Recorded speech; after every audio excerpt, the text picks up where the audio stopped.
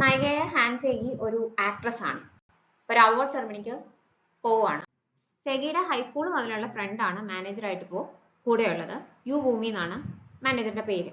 കുറച്ച് ദൂരം ചെല്ലുന്നുണ്ട്, എനിക്ക് സ്ട്രേഞ്ച് ആയിട്ട് ഒരു ഫീലിംഗ് തോന്നുന്നുണ്ടെന്ന് സേഗി പറയുമ്പോഴത്തേക്കിനും ഭൂമി തിരിഞ്ഞിട്ട് ചോദിക്കും, ആ സമയം ആയോ എന്ന്. അപ്പൊ ഇല്ല, കുഴപ്പമില്ല, ഒരാഴ്ചയും കൂടി ഉണ്ട് എന്ന് പറയും. അവരെന്നിട്ട് അവാർഡ് സെറമണി നടക്കുന്ന സ്ഥലത്തെത്തും. ഇവന്റ് തുടങ്ങും. ബെസ്റ്റ് ആക്ട്രസിനുള്ള അവാർഡ് കിട്ടിയേക്കുന്നത് സേഗിക്കാണ്. പേര് അനൗൺസ് ചെയ്ത് കഴിയുമ്പോഴത്തേക്കും ഇവള് സ്റ്റേജിലേക്ക് ചെല്ലും. സന്തോഷത്തോടെയാണ് ചെല്ലുന്നത്. സ്റ്റേജിൽ കയറി പകുതി ദൂരം നടന്നു ചെല്ലുമ്പോഴത്തേക്കും ഒരു സ്ട്രേഞ്ച് ഫീലിംഗ് വരും. അവൾ സ്റ്റക്കായിട്ട് അവിടെ നിൽക്കും. എന്ത് ചെയ്യണം എന്ന് കുറച്ചു നേരം ആലോചിച്ചിട്ട് തിരിഞ്ഞ് ഇറങ്ങി ഓടും. ഇതൊക്കെ എന്താ പറ്റിയത്, എന്താ ഇവളിത് ഈ ചെയ്യുന്നത്, എന്താണ് അവാർഡ് വാങ്ങിക്കാത്തതെന്നുള്ളൊരു കൺഫ്യൂഷൻ അവിടെ എല്ലാവർക്കും ഉണ്ട്.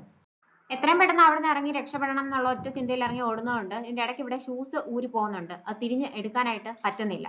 ഓടി ചെന്ന് വാനിൽ കയറി കഴിയുമ്പോൾ തന്നെ ഭൂമിക്ക് കാര്യം മനസ്സിലാവും. ഫാനും കൊണ്ട് കുറച്ച് ദൂരം സ്പീഡിൽ ഫ്രണ്ടിലേക്ക് പോയി കഴിയുമ്പോഴത്തേക്കിനും തിരിഞ്ഞു നോക്കും തന്നെ സേഗി രൂപം മാറിയിട്ടുണ്ട്. സേഗിക്ക് ഇങ്ങനെ ഒരു പ്രശ്നമുണ്ട്, മാസത്തിൽ ഒരിക്കൽ ഇതുപോലെ രൂപം മാറും. അത് കഴിയുമ്പോൾ ഒരാഴ്ച ആ രൂപത്തിൽ വേണം ജീവിക്കാനായിട്ട്. ഈ മാറുന്ന രൂപത്തിന് അങ്ങനെ സ്പെസിഫിക് ആയിട്ട് ജെൻഡറോ ഏജോ ഒന്നുമില്ല. ഭൂമിക്ക് ഈ സീക്രട്ട് അറിയാം. വോയിസ് ഓവറിലെ സേഗി പറയുന്നത് 20 വർഷം മുമ്പാണ് ആദ്യമായിട്ട് ഇത് സംഭവിച്ചത്. അന്ന് ഭൂമിയുടെ കൂടെ ഒരു യൂറോപ്യൻ ട്രിപ്പിന് പോയതായിരുന്നു. ഉറങ്ങി എഴുന്നേൽക്കുമ്പോൾ ഒരു ദിവസം വയസ്സായ ഒരു ലേഡി ആയിട്ടാണ് ആദ്യം മാറുന്നത്.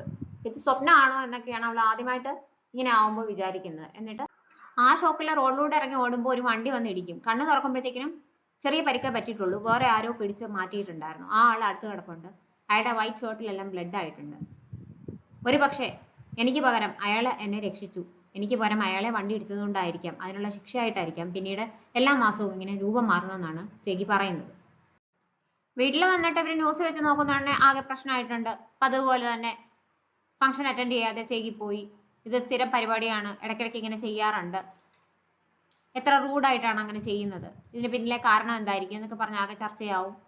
ചുമ്മാതല്ല സേഗി ആരെയും ഡേറ്റ് ചെയ്യാത്തത്, ഡേറ്റ് ചെയ്യുമ്പോഴും ഇതുപോലെ ആയിരിക്കും സ്വഭാവം കാണിക്കുന്നത് എന്നൊക്കെ പറഞ്ഞിട്ടാണ് ചർച്ച നടക്കുന്നത്. ഇതെല്ലാം കേട്ട് കഴിയുമ്പോഴത്തേക്കിനും ഞാൻ റിട്ടയർ ചെയ്യാൻ പോവുകയാണെന്ന് സേഗി പറയും. ഇതിപ്പോ കൂടെ കൂടെ പറയുന്നുണ്ടല്ലോ, എന്തിനാണ് ഇങ്ങനെ പറയുന്നതെന്നുണ്ടെ ഭൂമി ചോദിക്കുമ്പോൾ എനിക്കിത് മതിയായി. എന്തായാലും എന്നെ പറ്റി ഇങ്ങനെയൊക്കെ തന്നെയാണ് ന്യൂസ് എപ്പോഴും വരുന്നത്. എനിക്ക് ഒന്നും ചെയ്യാനായിട്ട് പറ്റത്തില്ലല്ലോ ഇതില്. ഞാൻ റിട്ടയർ ചെയ്തിട്ട് അമ്മയുടെ കൂടെ പോയി താമസിക്കാനായിട്ട് പോവുകയാണ്. അവിടെ പോയി വല്ല കൃഷിയും വല്ലതും ചെയ്തിട്ട് ജീവിക്കാം എന്നൊക്കെ ഇങ്ങനെ പറയും. ഭൂമി പറയും ഇവരിങ്ങനെ കുറെ ചർച്ച നടത്തിയിട്ട് അതങ്ങ് നിന്നോളും, നമ്മൾ എന്തായാലും നമ്മൾ ചെയ്യാനുള്ള കാര്യം ചെയ്താൽ മതി, ആദ്യത്തെ സംഭവം ഒന്നും അല്ലല്ലോ എന്നൊക്കെ പറഞ്ഞ് ആശ്വസിപ്പിക്കും. അന്നേരമാണ് അവിടേക്ക് അവരുടെ വേറൊരു ഫ്രണ്ടായ ഇൻഹോ വരുന്നത്. ഇവർ മൂന്നുപേരുമാണ് പണ്ട് മുതലേ ഫ്രണ്ട്സ്. അപ്പൊ ഇൻഹോ പറയും അത് പ്രാക്ടിക്കലി നടക്കത്തില്ല, അങ്ങനെയാണെങ്കിൽ എല്ലാവർക്കും പെനാൽറ്റി കൊടുക്കേണ്ടി വരും, ചുമ്മാ ഇങ്ങനെ ചിന്തിക്കാതെ വരാൻ സംസാരിക്കരുതെന്നൊക്കെ ഇങ്ങനെ പറയുമ്പോഴത്തേക്കിനും ന്യൂസിൽ വീണ്ടും പറയുന്നത് ഒരു റൂമർ ഉണ്ട്, സേഗിക്ക് ഒരു കുട്ടിയുണ്ടെന്ന് പറഞ്ഞിട്ട് ഒരു കുട്ടിയെ കാണിക്കുമ്പോൾ ഇവർക്ക് മനസ്സിലാവും 2 മാസം മുമ്പ് സേഗി കുട്ടിയായിട്ടാണ് രൂപം മാറിയത്. അന്നേരം പുറത്തേക്ക് ഇറങ്ങുന്ന ഫോട്ടോയാണ് ആരോ അവിടെ നിന്ന് എടുത്തിട്ട് ചാനലിനൊക്കെ കൊടുത്തത്. അവർക്കൊന്നും സത്യം അറിയത്തില്ലല്ലോ, ആരോടും ഇത് പറയാനും പറ്റത്തില്ല. പിന്നീട് കാണിക്കുന്നത് നായകനെയാണ്. നായകന്റെ പേര് സോ ഡോജെ എന്നാണ്. ഒരു എയർലൈൻ കമ്പനിയുടെ സിഇഒ ആണ്. അയാൾക്ക് ഫേസ് ബ്ലൈൻഡ്നെസ് ഉണ്ട്, ആൾക്കാരെ റെക്കഗ്നൈസ് ചെയ്യാൻ പറ്റത്തില്ല. അതുകൊണ്ട് കൂടെയുള്ളത് സെക്രട്ടറിയാണ്, ജങ് യൂഹാൻ എന്നാണ് പേര്. യൂഹാനാണ് എപ്പോഴും കൂടെയുള്ളത്, ആരാണ് ഫ്രണ്ടിലുള്ളത് എന്നൊക്കെ എപ്പോഴും പറഞ്ഞു കൊടുത്തോണ്ടേയിരിക്കും. ഇവരിങ്ങനെ വരുമ്പോഴത്തേക്കിനും കമ്പനിയുടെ ഡയറക്ടർ ഒരു കിം ഉണ്ട്, അവരൊക്കെ ഇങ്ങനെ ഇവനെ കുറ്റം പറഞ്ഞുകൊണ്ട് നിൽക്കുകയായിരുന്നു. ഇപ്പൊ ഓൾറെഡി ഒരു സ്കാൻഡൽ വന്നു. അവരുടെ എയർലൈൻസിന്റെ മോഡലാണ് സേഗി. ഇത്രയും വിവാദം ഉണ്ടാക്കുന്ന ഒരു ആളെ എന്തിനാണ് നമ്മളുടെ ഇതിന്റെ മോഡലായിട്ട് വെച്ചേക്കുന്നത്, അത് മാറ്റിക്കൂടെ എന്നൊക്കെയാണ് ഇവർ അങ്ങോട്ടും ഇങ്ങോട്ടും സംസാരിക്കുന്നത്. അതിന്റെ പുറകെ ഡോജയുടെ സ്റ്റെപ്പ് സിസ്റ്റർ ആയ സേറ വന്നിട്ട് പറയും ഈ സ്കാൻഡലൊക്കെ എനിക്ക് ഇഷ്ടമാണ്, അങ്ങനെ ആകുമ്പോൾ ഗ്രാൻഡ് ഫാദർ കമ്പനി എനിക്ക് തരുന്നതിനെ പറ്റി ആലോചിക്കും എന്നാണ്. അപ്പം എല്ലായിടത്തും ഇവന് ശത്രുക്കളാണ്. സ്കാൻഡലിന്റെ പുറകെ എന്തെങ്കിലും ചെയ്യണമല്ലോ, അതിന് ഹോസ്പിറ്റലിൽ അഡ്മിറ്റ് ആവും സേഗി. ഭൂമി അവിടെ നിന്ന് കുറെ ഫോട്ടോസ് ഒക്കെ എടുക്കും സോഷ്യൽ മീഡിയയിൽ അപ്ലോഡ് ചെയ്യാനായിട്ട്. ഡോജെ പറഞ്ഞതനുസരിച്ച് സെക്രട്ടറി സേഗി എവിടെയാണെന്ന് കണ്ടുപിടിക്കും. ഹോസ്പിറ്റലാണ്, ഇന്ന ഹോസ്പിറ്റലാണെന്ന് പറഞ്ഞു കൊടുക്കും. ഹോസ്പിറ്റൽ ലോബിയിൽ കൂട്ടിരിക്കാൻ വന്നവരെല്ലാം ഇങ്ങനെ ഒരു ഡ്രാമ കണ്ടുകൊണ്ടിരിക്കുകയാണ്. സേഗിയുടെ ഡ്രാമയാണ് ഇത്. നോക്കിക്കൊണ്ട് അവിടെ റിസപ്ഷനിൽ ആൾക്കാർ നിൽപ്പുണ്ട്, 2 നഴ്സുമാരുണ്ട്, ഒരു ഡോക്ടറുണ്ട്. അപ്പം നഴ്സസ് ഇങ്ങനെ നോക്കിയിട്ട് പറയും സേഗിയെ കാണാൻ എന്തൊരു ഭംഗിയാണല്ലേ. ഇവരുടെ കൂടെ ഉണ്ടായിരുന്ന ഡോക്ടർ പറയും ഇപ്പൊ ഇവിടെ വന്ന് അഡ്മിറ്റ് ആയേക്കുമല്ലേ, അപ്പൊ ഈ പ്രശ്നം ഉണ്ടായതുകൊണ്ടായിരിക്കാം, ഞാൻ നേരിട്ട് കണ്ടു. പിന്നെ ഒരു കാര്യം സത്യമാണ് കേട്ടോ, പുള്ളിക്കാരി പ്ലാസ്റ്റിക് സർജറി ഒന്നും ചെയ്തിട്ടില്ല, ഒരു ഭാഗത്തും ചെയ്തിട്ടില്ല എന്നിങ്ങനെ അർത്ഥം വെച്ച് പറഞ്ഞിട്ട് മോശമായ ജസ്റ്റേഴ്സ് ഒക്കെ കാണിക്കും. നഴ്സുമാർ ഇത് കേട്ടിട്ട് ചിരിക്കത്തില്ല. ഇതെത്ര തമാശയല്ല കേട്ടോ എന്ന് പറയുമ്പോഴത്തേക്കും ഞാനത് തമാശയായിട്ട് പറഞ്ഞതാണ്, എന്തെല്ലാം റൂമറാണ് അവരെ പറ്റി. ഒരു കുട്ടിയുണ്ടെന്നൊക്കെ പറയുന്നത് കേട്ടു, അവർക്ക് ക്ലബിൽ നിന്ന് ഇറങ്ങാൻ നേരം കാണത്തില്ല, എവിടേക്കാണോ എന്തോ ഇവർ പോകുന്നത് എന്നൊക്കെ ഇങ്ങനെ മോശമായ രീതിയിൽ സ്വഭാവഹത്യ ചെയ്യുന്ന രീതിക്ക് സംസാരിച്ചുകൊണ്ടിരിക്കും. അത് കേട്ടോണ്ടാണ് സേഗി അവിടേക്ക് വരുന്നത്. ഇത് കേൾക്കുമ്പോൾ ഇവർക്ക് ദേഷ്യം വന്നിട്ട് അവിടെ ഒരു ലേഡി കുറച്ച് ഓറഞ്ചസ് ഒരു കവറിൽ വാങ്ങിച്ച് കഴിച്ചുകൊണ്ടിരിക്കുകയായിരുന്നു. അത് അവരുടെ കയ്യിൽ നിന്ന് വാങ്ങിച്ചിട്ട് ഇയാളുടെ ദേഹത്തേക്ക് നോക്കിയിട്ട് ഏറ് കൊടുക്കും. ഇയാൾ ഉടനെ തിരിഞ്ഞു ചോദിക്കുന്നത്, എന്നോട് എന്തിനാണ് ഇങ്ങനെ കാണിക്കുന്നത്, നിങ്ങളെ പറ്റി റൂമേഴ്സ് ഉണ്ടെന്ന് ഞാൻ പറഞ്ഞേ ഉള്ളൂ, ഞാൻ കേട്ട കാര്യമാണ് പറഞ്ഞതെന്ന് പറയും. അതൊന്നും സത്യമല്ല, എനിക്ക് കുട്ടികളില്ല എന്ന് ഇവിടെ തിരിച്ചും പറയും. എന്തെങ്കിലും നിങ്ങൾ ഇതുപോലെ പറഞ്ഞു പരത്തുന്നതിന് മുമ്പ് അത് ശരിയാണോ സത്യമാണോ എന്ന് അന്വേഷിച്ചറിഞ്ഞിട്ട് വേണം പറയാനെന്നും പറയും. ഈ ഓറഞ്ച് മുഴുവൻ ഇയാളുടെ ദേഹത്തെറിഞ്ഞാണ് ഇവൾ ദേഷ്യം തീർക്കുന്നത്.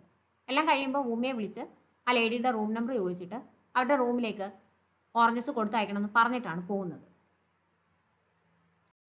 അവിടുന്ന് പോയി കഴിയുമ്പോൾ സേഗിക്ക് അമ്മയുടെ കോള് വരും.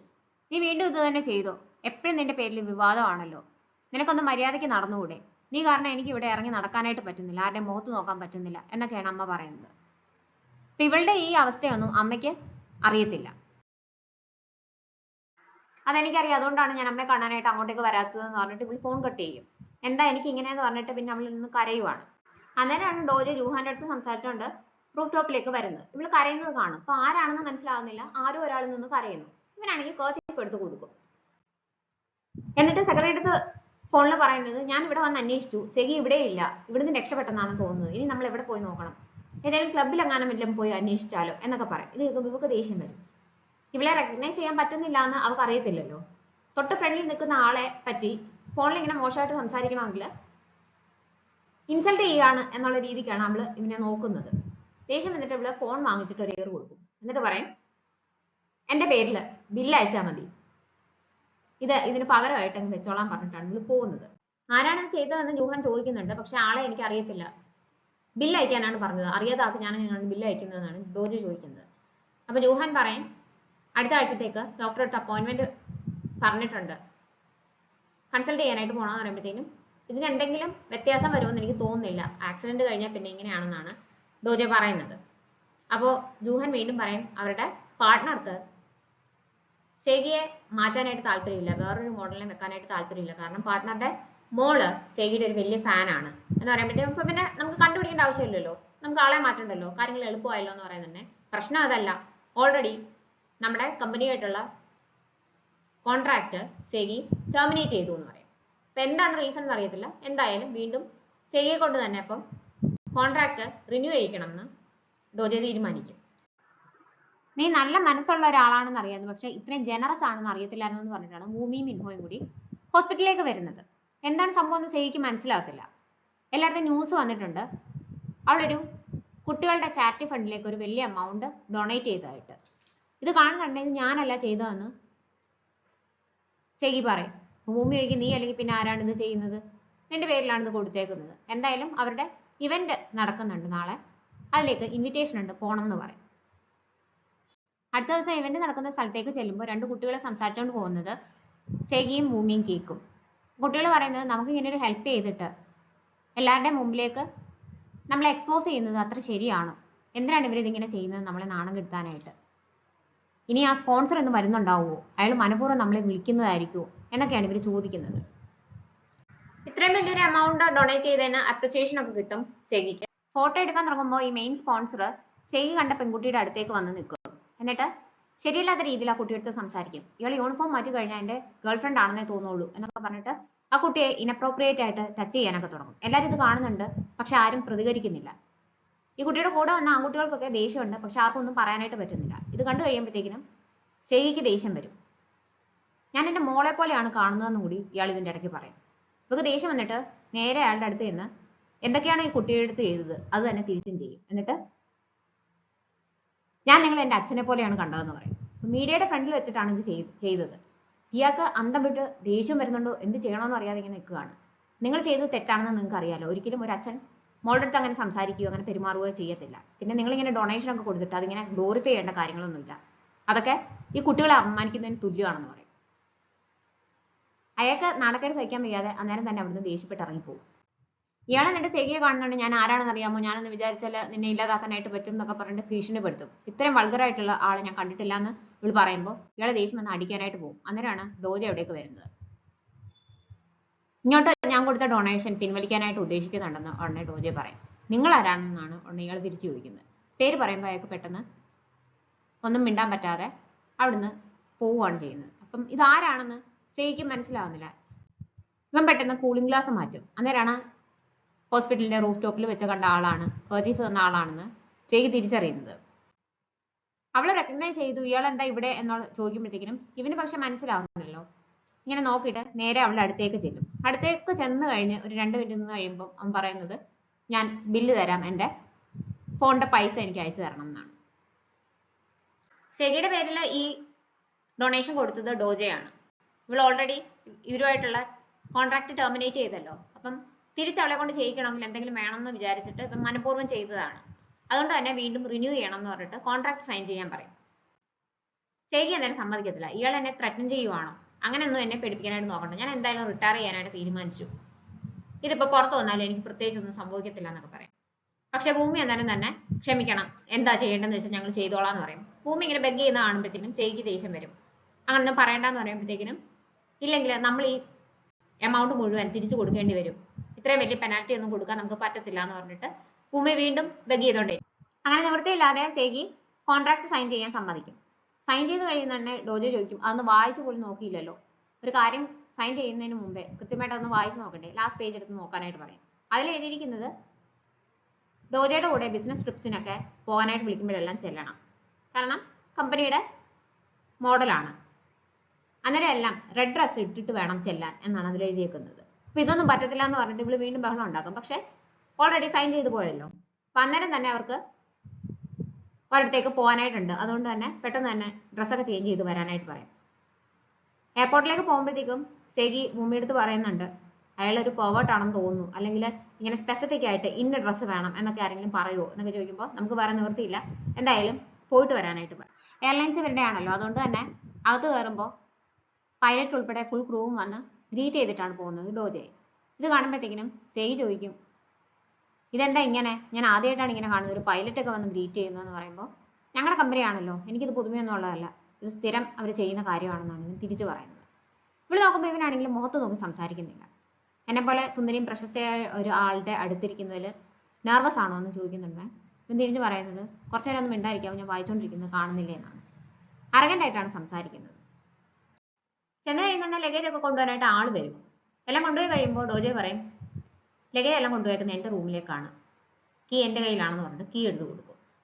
ഇത് കേൾക്കുമ്പോൾ ദേഷ്യമാവും. ഞാനൊരു പ്രിക്കോഷൻ എന്ന നിലയിൽ ചെയ്തതാണ്, ഇയാൾക്ക് എപ്പോഴാണ് ഓടിപ്പോണം എന്ന് തോന്നുന്നതെന്ന് എനിക്കറിയത്തില്ലല്ലോ എന്നാണ് ഇവൻ പറയുന്നത്. അന്നേരം ഇവള് അതുവഴി വന്ന ഒരു ടാക്സി വിളിച്ചിട്ട് അതിൽ കയറി അങ്ങോട്ടേക്കോ പോകും. കയ്യിൽ പൈസ ഒന്നും ഇല്ലാതെയാണ് സെഗി പോയത്. അതുകൊണ്ട് തന്നെ ടാക്സിക്ക് കൊടുക്കാൻ വേണ്ടിയിട്ട് ഇൻവോയുടെ അടുത്ത് വിളിച്ച് പറയും ഒന്ന് പൈസ ട്രാൻസ്ഫർ ചെയ്യണം, ഇത് ഭൂമി അറിയാൻ പാടില്ല എന്ന് പറയും. ആദ്യം അവൻ സമ്മതിക്കത്തില്ല. തിരിച്ചു വരുമ്പോൾ ഇരട്ടിയായിട്ട് തിരിച്ച് പൈസ തിരിച്ചു തരാം എന്ന് പറയുന്നതന്നെയാണ് സമ്മതിക്കുന്നത്. ഇവളൊരു ഹിസ്റ്റോറിക്കൽ പ്ലേസ് വിസിറ്റ് ചെയ്യാനാണ് പോയത്. കുറച്ചു നേരം അവിടെ നിന്ന് കഴിയുമ്പോഴത്തേക്കിനും ഡോജ എവിടേക്ക് വരും. എങ്ങനെയാണ് എന്നെ കണ്ടുപിടിച്ചത്, ഇവിടെ എല്ലാം ആൾക്കാരെ വെച്ചിട്ടുണ്ടോ എന്നൊക്കെ പറഞ്ഞ് ഇവള് ദേഷ്യപ്പെട്ട് ചോദിക്കുമ്പോഴത്തേക്കിനും ഇവൻ ട്രാവൽ ഗൈഡ് കാണിക്കും. അങ്ങോട്ടേക്ക് വന്ന ഫ്ലൈറ്റിൽ വെച്ചിട്ട് ഇവള് ട്രാവൽ ഗൈഡ് നോക്കുന്നുണ്ടായിരുന്നു. ഒരു പേജ് മാർക്ക് ചെയ്ത് വെക്കുന്നതും കണ്ടിട്ടുണ്ടായിരുന്നു. അപ്പൊ ഇവിടേക്ക് ആയിരിക്കും വന്നതെന്ന് ഊഹിച്ചിട്ട് വന്നതാണ്.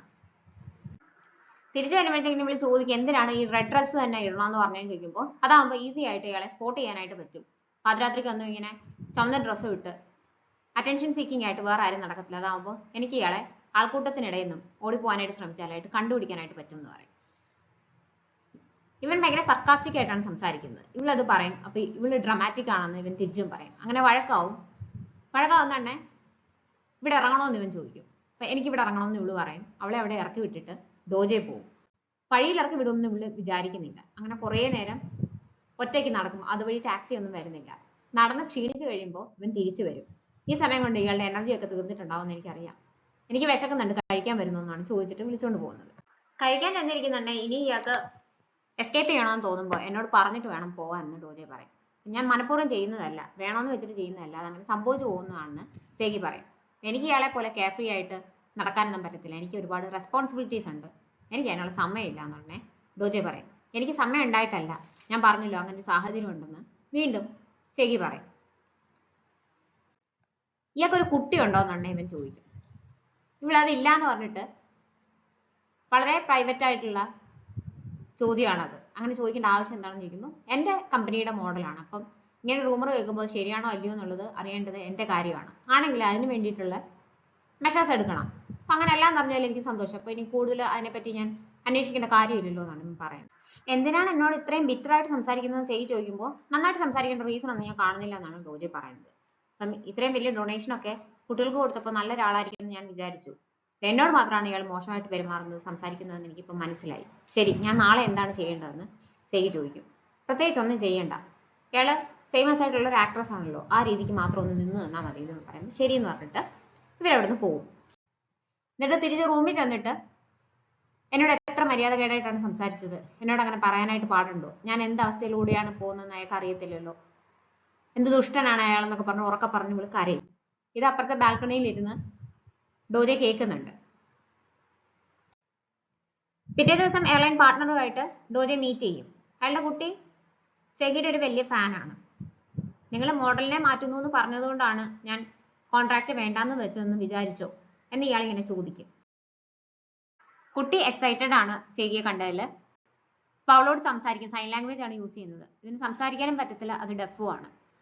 സെഗി അന്നേരം തിരിച്ചും ആ കുട്ടിയെടുത്ത് സൈൻ ലാംഗ്വേജിൽ സംസാരിക്കും. അന്നേരം ഇതാണെങ്കിൽ ഒരു ഗിഫ്റ്റ് കൊണ്ടുവന്നിട്ടുണ്ടായിരുന്നു. അത് വരച്ച സെഗിയുടെ ഒരു ഡ്രോയിങ് ആണ്. അത് കിട്ടിക്കഴിയുമ്പോൾ വളരെ പ്രഷ്യസ് ആയിട്ടുള്ള ഒരു സാധനം കൈ കിട്ടിയിട്ടാണ് സെഗി അതിനെ ഹാൻഡിൽ ചെയ്യുന്നത്. അപ്പോൾ കുട്ടിക്ക് സന്തോഷമാവും.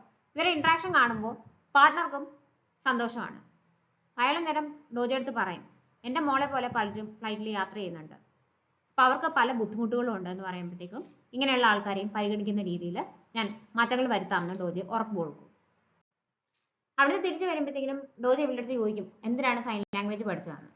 ഒരു ദിവസം എനിക്ക് സംസാരിക്കാൻ പറ്റിയില്ലെങ്കിലോ എന്ന് വിചാരിച്ചിട്ടാണ് ഞാൻ പഠിച്ചതെന്ന് പറഞ്ഞിട്ട് അന്നേരം തന്നെ ഇവൾ തിരുത്തി പറയും, അല്ലെങ്കിൽ വേണ്ട, ഞാനൊരു ഏതെങ്കിലും ക്യാരക്ടറിന് വേണ്ടിയിട്ട് പഠിച്ചതാണെന്ന് വെച്ചോളൂ എന്ന് പറയും.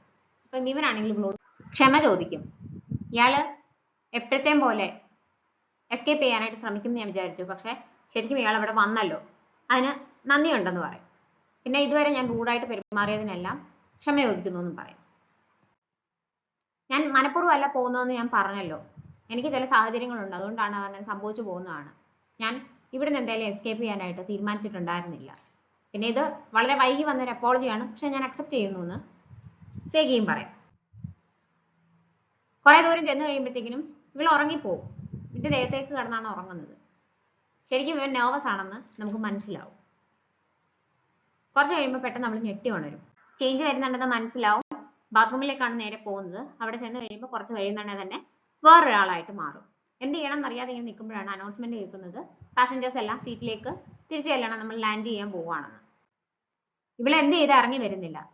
ക്രൂ ഒക്കെ കാണുന്നുണ്ട് ഇവിടെ അകത്തേക്ക് പോകുന്നത്. അപ്പം അവർ ചെന്നിട്ട് തട്ടും, അകത്തുണ്ടോ, മിസ്സാൻ അകത്തുണ്ടോ, പുറത്തേക്ക് ഇറങ്ങണം, സീറ്റിലേക്ക് പോകണം, തിരിച്ചു പോകണം എന്നൊക്കെ പറയുന്നുണ്ട്. ഇവള് തുറക്കുന്നില്ല.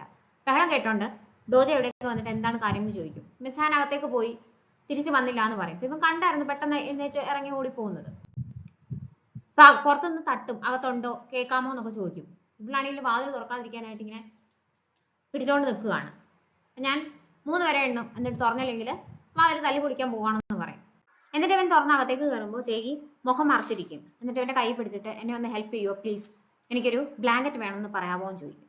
ഇവൻ ഉടനെ തന്നെ ഒരു ബ്ലാങ്കറ്റ് വേണമെന്ന് പറയും. അവർ കൊണ്ടുവരുമ്പോൾ അത് കൊണ്ടുവന്ന് സെഗിയെ കവർ ചെയ്യാനായിട്ട് ഹെൽപ്പ് ചെയ്യും. അന്നേരം സെഗിയുടെ മുഖം, മാറിയ മുഖം ഇവൻ കാണുന്നുണ്ട്.